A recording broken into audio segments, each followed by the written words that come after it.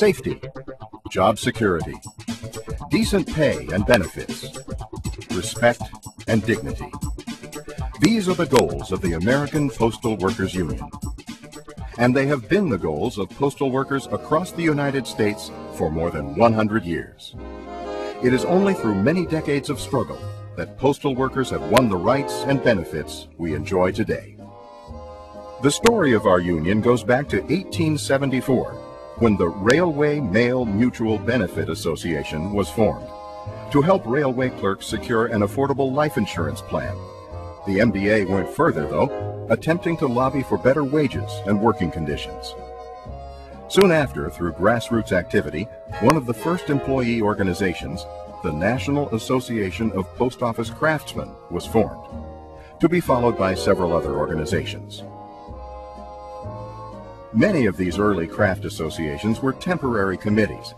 They formed and raised money when there was a special need, usually to send a spokesperson to Washington to lobby at the Capitol. Postal workers were in a unique situation compared to their counterparts in private sector unions. They didn't bargain across the table from an employer. They had to make their case in the halls of Congress. In 1886, amid a wave of worker activism that swept the country, a convention of postal clerks put forth a very ambitious agenda: the 8-hour day, 15 days of vacation, and the creation of salary classifications. But after 4 years of lobbying in Washington, only the vacation provision was approved.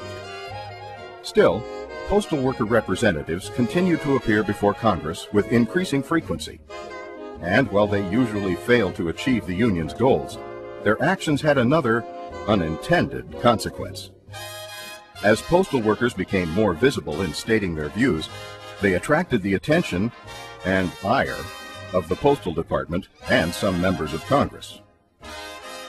In 1895, Postmaster William L. Wilson announced that any postal employee who visited Congress to influence its decisions, even if the worker did so on his own time, could be fired. Wilson's order unleashed a firestorm of debate within the employee organizations, which were also grappling with the question of whether supervisors should be allowed in the union. For much of the 20th century, the federal government kept tight clamps on postal workers engaging in any kind of political activity. In 1902, President Theodore Roosevelt issued an executive order, his infamous gag order, barring all federal employees from trying to influence government officials regarding their pay and benefits. Later, this restriction was tightened further by the notorious Hatch Act. It wasn't until 1993, the first year of Bill Clinton's presidency, that the Hatch Act was finally overturned, and postal employees were able to exercise the rights enjoyed by other American workers. In October 1900, Chicago postal workers met informally at the back fence of the old temporary post office near Lake Michigan, indignant after being forced to work an 18-hour shift with no overtime pay. Two momentous decisions were made: to seek affiliation with the AFL and to form a national union of postal clerks. Within weeks, American Federation of Labor President Samuel Gompers approved their request to join and issued a charter to the Chicago Clerks Union, making it the first union of federal employees to affiliate with the AFL. It took another 6 years for the Chicago clerks to achieve their second goal. A call was issued to all AFL unions of postal clerks to meet for a national convention in Chicago on August 27, 1906. Union leaders converged from 6 cities: Chicago, Milwaukee, Louisville, Nashville, San Francisco, and Salt Lake City. Altogether, they represented more than 1,000 postal employees. They formed a new organization, the National Federation of Post Office Clerks. Because the organization's locals hailed from different cities that were as far apart as San Francisco and Nashville, this is considered truly the birth of a national postal workers union.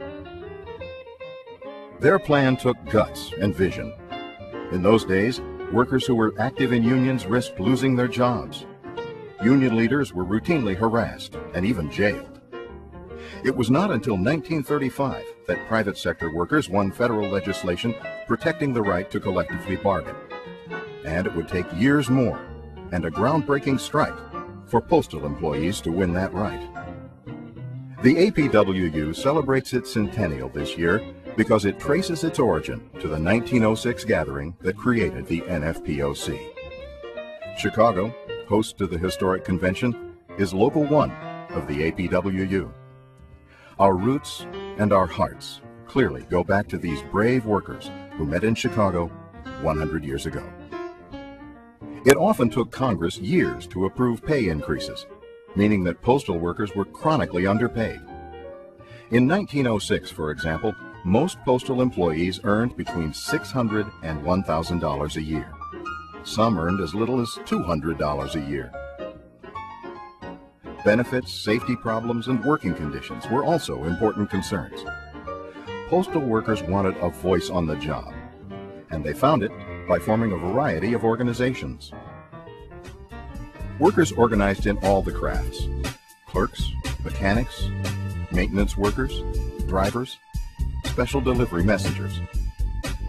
Their many organizations often disagreed on tactics and strategies, but they shared a common belief that all postal employees deserve to be treated with respect and be compensated fairly for the work they do.